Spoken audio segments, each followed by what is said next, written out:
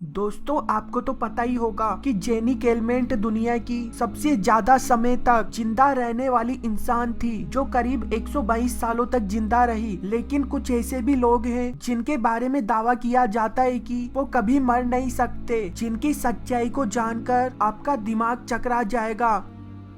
Alex चियू।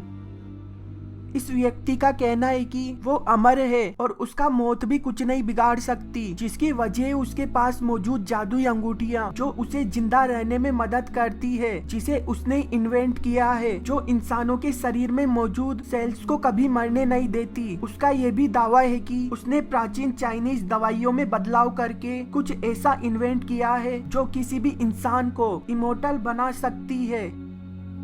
The जियूस man. एक कहानी के अनुसार ये व्यक्ति उस समय वहाँ मौजूद था जब जीसस को सूली पर चढ़ाया जा रहा था, और उसी समय इस व्यक्ति ने जीसस को ताना मारा था, जिस वजह से जीसस ने उसे हमेशा चलते रहने का श्राप दिया, जिसके बाद से उसने चलना शुरू कर दिया और कई देशों से गुजरते हुए एक जमीन से दूसरी जमीन पर चलता रहा, जो सभी भाषाएं बोल सकता था। कई शताब्दियां गुजर जाने के बाद भी कई लोगों ने उसे धरती पर भटकता हुआ देखा। The immortal monk.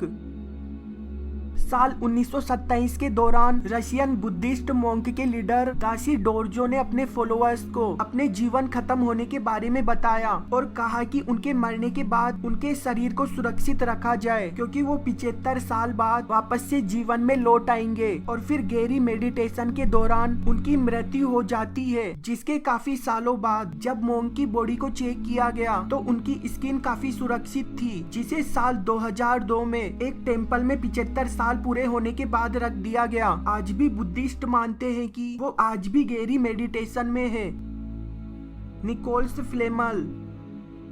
ये एक फ्रेंच लेखाकार था जिसका जन्म साल 1340 में और मौत 1418 में हो गई थी, जिसके काफी सालों बाद उसके बारे में कई कहानियां प्रचलित हो गई, जिनमें उसे आज भी जिंदा बताया जाता है। लोग मानते हैं कि उसने एक ऐसा स्टोन बना लिया था जिससे वो हमेशा जिंदा रह सकता था। वहीं लोग ये भी कहते हैं कि उसने मरने का झूठा नाटक किया था ताकि वो उस जादुई पत्थर को लोगों की नजरों से छुपा कर रख सके, जो आज भी उसकी सुरक्षा कर रहा है।